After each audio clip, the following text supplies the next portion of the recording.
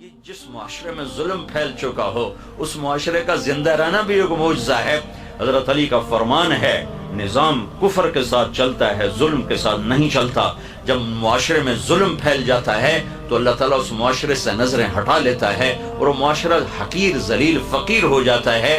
ہمارے زوال کا سبب یہ نہیں کہ بجلی کوئی نہیں اور گیس کوئی نہیں، ہمارے زوال کا بہت بڑا سبب ہے کہ ہمارے عوام بھی ظالم ہے، ہمارا غریب بھی ظالم ہے، مالدار بھی ظالم ہے، دیہاتی بھی ظالم ہے، شہری بھی ظالم ہے۔ حکومت تو بعد میں آتی، پولیس فوج تو بعد میں آتی ہے، پہلے تو عوام میں ظلم کی جڑیں گہری ہو چکی ہیں اور اس حد تک جا چکی ہیں کہ ظلم کرتے ہوئے احساس ہی نہیں کہ میں کتنا بڑا گناہ کر رہا ہوں۔ شراب پیتے ہوئے احساس ہے کہ گناہ کر رہا ہوں، زنا کرتے ہوئے احساس ہے گناہ کر رہا ہوں، کسی کو دھوکہ دیتے ہوئے کوئی احساس نہیں کہ میں کتنا بڑا ظلم کر رہا ہوں، کتنا بڑا گناہ کر رہا ہوں۔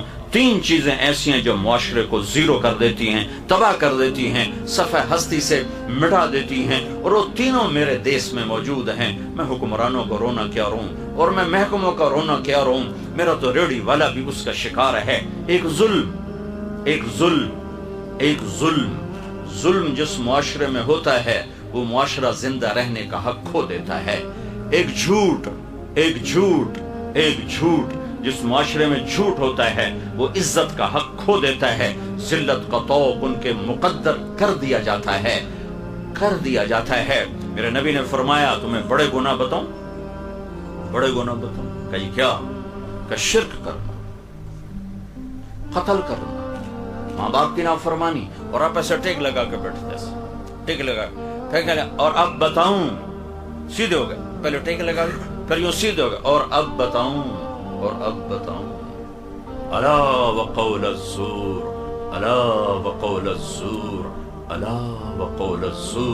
اور جھوٹ اس کو اتنا دہرایا کہ صحابہ فرمانے لگے ہمارے جی میں ہے کہ کاش اب آپ چپ کر جاتے۔ اور دوسری جگہ فرمایا جھوٹی گواہی، جاؤ پاکستان کے عدالتوں میں دیکھو ٹکے گواہ بک رہے ہیں کہ ساڑھ کو گواہی لے لو، ساڑھ کو پوا دو۔ تو ایک ظالم معاشرہ سر اٹھا کے زندہ نہیں رہ سکتا، پست ہونا ہی مقدر ہے۔ ایک جھوٹ ایسی لعنت ہے، میرے نبی کا فرمان ہے الصدق ینجی والکذب یہلک، جھوٹ ہلاک کرتا ہے، سچ نجات دیتا ہے۔ ہمارے چھوٹے بچے جھوٹ بولتے، ماں جھوٹ بولتی، باپ جھوٹ بولتا ہے، بھائی جھوٹ بولتے ہیں۔ سیاستدانوں کا جھوٹ تو بہت بعد میں آتا ہے، ریڑھی والا جھوٹ بولتا، سیل مین جھوٹ بولتا۔ 1 کروڑ پاکستانی اکٹھے کروں تو ایک بھی سچا نہیں ملے گا مجھے۔ تیسری چیز دھوکہ، خیانت، بددیانتی۔ ایک ہی گناہ کے کئی نام ہیں، دھوکہ، فراڈ، بددیانتی، خیانت۔ جس معاشرے میں خیانت، دھوکہ، فراڈ، بددیانتی داخل ہو جائے اس قوم کے لیے زوال ایسا ہی یقینی ہو جاتا ہے جیسے شام کو سورج کا ڈوبنا یقینی ہوتا ہے۔